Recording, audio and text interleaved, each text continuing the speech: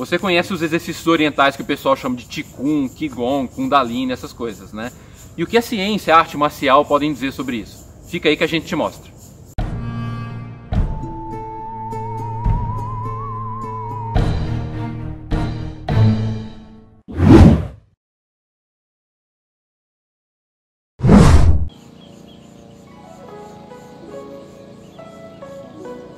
Olá amigos, meu nome é Marcos Lima. Ah não, essa é a sua fala, né? É, essa era a minha. Pessoal, eu sou Léo Martins, o cientista de chinelo, e hoje a gente tem um convidado, Marcos Lima, que é professor de Kung Fu, professor do estilo Xalifá e dono do canal Caminho do Guerreiro.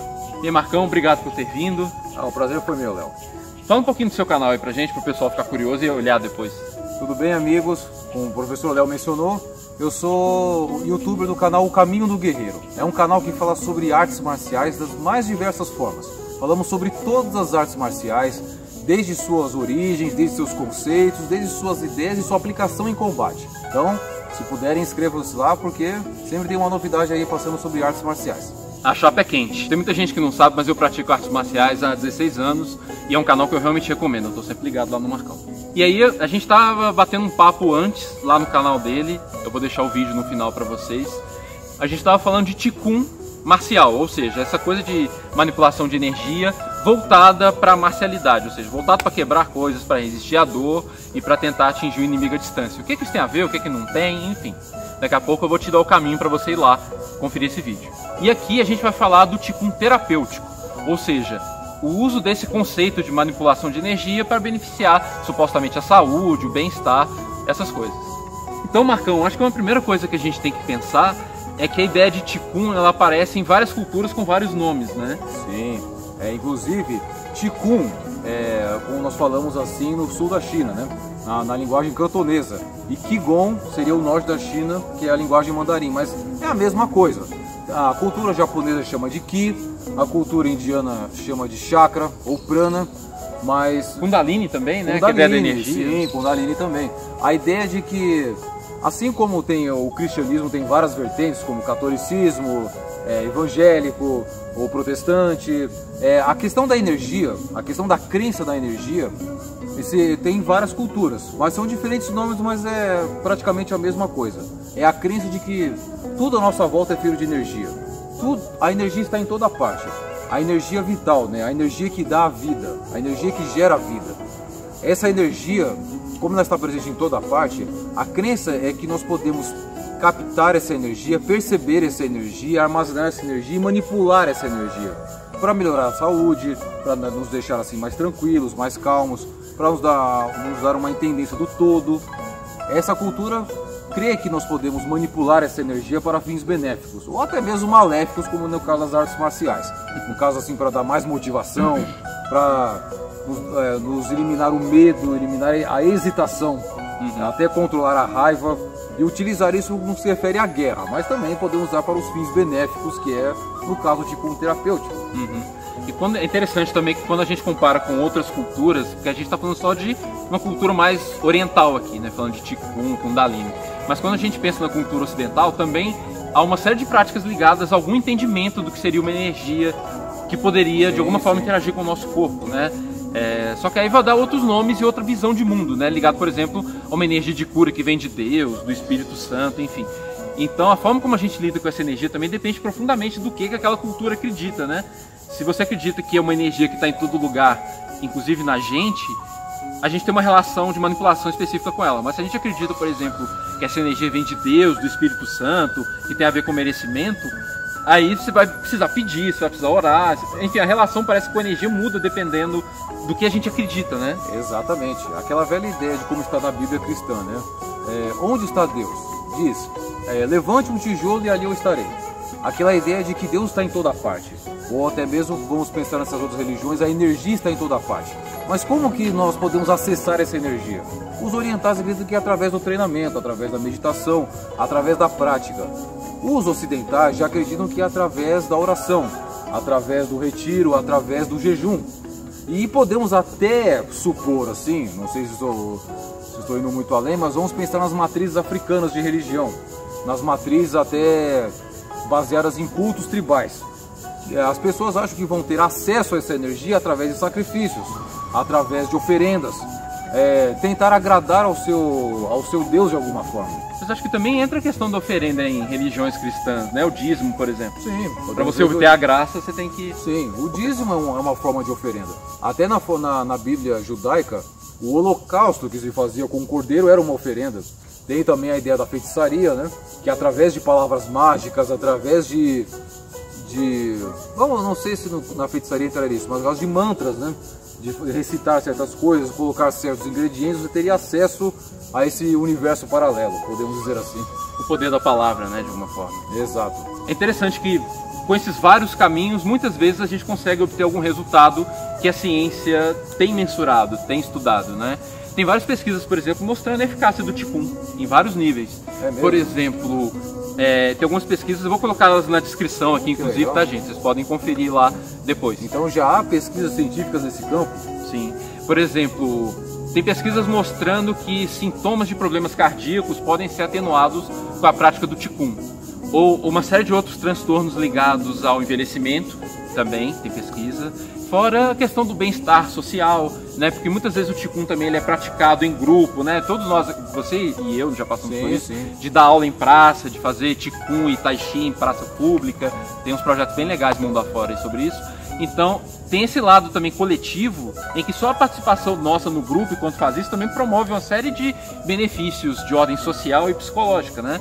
Então, parece que tanto o corpo responde bem, o sistema imunológico responde bem, quanto a parte psicológica, tanto o grupal de estar ali envolvido numa comunidade, se sentir bem com isso, quanto uma parte pessoal também de lidar com o estresse do dia a dia, tudo isso é favorecido pela prática do Qigong. A ciência está começando a estudar isso direito, ainda há poucos estudos, quando a gente faz uma busca nas bases de dados tem pouca coisa. Mas você viu que nada disso que a gente falou tem necessariamente a ver com coisa metafísica, né? Sim. A gente está falando de benefícios à saúde corporal. Sim. Mas tem umas pesquisas estranhas que sugerem que talvez, quem sabe, não estou falando que bateu o martelo, mas talvez, quem sabe, possam sugerir que tem algo a mais aí. Por exemplo, tem um pesquisador chamado Hideyuki Kokubo, ele é lá de Tóquio, e ele fez uma pesquisa bastante interessante, porque quando a gente faz pesquisa com essas coisas, para ver se existe algum efeito e tal, a gente sempre lida com o fenômeno da sugestão.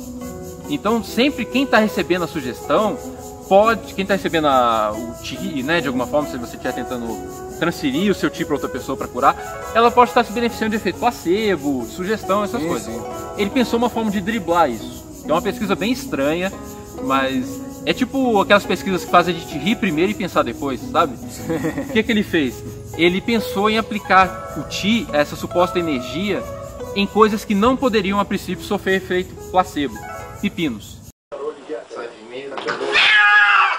Pepinos? Pepinos. Caramba! É um negócio meio bizarro, mas vamos lá que a lógica dá pra entender. Ele pegou, né, pepinos e os fatiou, né, nos pedacinhos padrão assim, e colocou esses pedacinhos debaixo de sensores que conseguiam medir o quanto aquele pepino estava apodrecendo. Isso tem parâmetros objetivos para medir isso. E aí ele distribuía esses pepinos de forma bem organizada pela sala e ele colocava pessoas praticantes de Qigong para tentar projetar essa energia em rodelas específicas, em pedaços específicos, em bandejas específicas desses pepinos, para ver se isso retardava o envelhecimento e o apodrecimento desses pepinos. E aí a ideia era comparar os que receberam essa suposta energia com os que não receberam, que estavam longe na sala, enfim. E esquisito e interessante é que deu resultado. Sério? Então... Só que não deu resultado só nos pepinos que estavam ali debaixo da mão dos supostos curadores. Parece que, segundo pelo menos o trabalho original do professor Kokubo, os resultados apareciam nos pepinos que estavam distribuídos mais ou menos 1 metro ao redor do praticante de Qigong, e aí ficavam os outros pepinos 1 metro depois, até 2 metros, ficavam sem o efeito, ou seja, apodreciam normal, e aí depois um outro cinturão de pepinos que aparentemente retardou o apodrecimento, e assim vai, alternando efeito, não efeito, como se fosse círculos concêntricos. Sabe quando você joga uma pedra num lago e forma aquelas ondas? É como se tivesse gerado isso. Incrível. É super estranho e tal, e na ciência, ainda mais quando aparece uma coisa muito extraordinária assim, a gente toma muito cuidado, sabe? Eu lembro muito do Carl Sagan, quando ele dizia que alegações extraordinárias requerem evidências extraordinárias. Então a gente tem que reproduzir esse estudo muito, a gente tem que ver se aparece de novo esse tipo de resultado.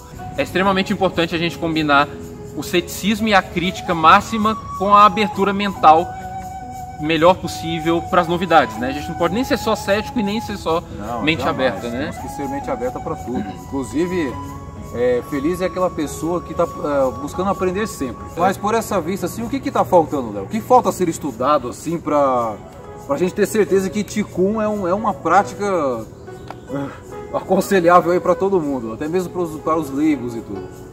Assim, é importante a gente destacar que a ciência não trabalha com certezas, né? O que a gente tenta fazer é reduzir o nível de incerteza. Ou seja, sempre tem uma margem de erro, saber, né? Sempre tem um voto de humildade no sentido de pode haver algo aí que eu não sei, as pesquisas podem estar enviesadas. Então o que a gente tenta fazer é reduzir a incerteza. Nesse sentido, uma das coisas que falta fazer, por exemplo, é fazer mais pesquisas com Qigong puro. Porque muitas pesquisas, talvez até a maioria, faz com Qigong combinado com Tai Chi. Os artigos sempre estão colocando as duas coisas, então seria interessante separar. Então fazer estudos que utilizem o Qigong sem estar associado com o Tai Chi Chuan pode ser interessante para a gente ver o benefício puro, vamos dizer assim, do Qigong. Porque às vezes o benefício que a gente está observando pode ser mais devido ao Tai Chi do que ao Qigong, ou uma combinação dos dois. Verdade. Né? Então é uma das coisas que falta fazer. Outra coisa que falta é a gente ampliar essas pesquisas, igual a do pepino que eu comentei, né? Fazer mais, é o que a gente chama de replicação, né? Vários cientistas em vários centros de estudo fazer o mesmo estudo para ver se o resultado surge parecido. Porque sempre tem a possibilidade do pesquisador que fez um estudo só, dele ter se enganado, ou de ter fraudado os dados. Então, por isso que é importante vários cientistas fazerem o mesmo estudo de novo e de novo. E aí por isso que a gente deve equilibrar sempre o ceticismo saudável com a abertura mental à novidade, eu estava falando antes, né? Nem ser só cético e nem ser só aberto a tudo, né? Senão a gente cai naquilo que a gente chama aqui na USP de paranormofobia, que é aquela aversão quase patológica a qualquer coisa que seja esquisito, sabe? Tipo, não pode existir nada que seja esquisito, paranormal e tal. Ou então a paranormofilia, que é aceitar todo tipo de paranormalidade, de qualquer coisa estranha, sabe? Tudo existe, tudo é energia, tudo a física quântica explicou tudo. Então, uma posição no meio, que não seja nem paranormofóbica e nem paranormófila, é bem interessante pra gente não comprar gato por lebre, por um lado, e por outro, pra gente não perder algo interessante que pode existir no mundo, né? Algum fenômeno novo, só porque a gente é cético demais. Não sabia que então que teria que ter esse equilíbrio entre esses dois polos. E que a USP mantém esse equilíbrio, assim. A gente tenta. Mas é bacana, é muito legal, eu não imaginava. Então, gente, essa é a metade do nosso papo. A outra metade, na verdade, está lá no canal do professor Marcos Lima, O Caminho do Guerreiro. Eu vou deixar o link na descrição e vou colocar a miniatura aqui em algum lugar da tela. Então, se você chegou até aqui, clica lá para ver a nossa outra metade do papo, que é sobre Qigong marcial. Será que dá para usar energia para quebrar coisas, para aguentar golpes e para acertar o inimigo à distância? Confere lá. E siga o Cientista de Chinelo para não perder mais nada, beleza? Fui! Valeu, uma vez, é nóis. Bem simples.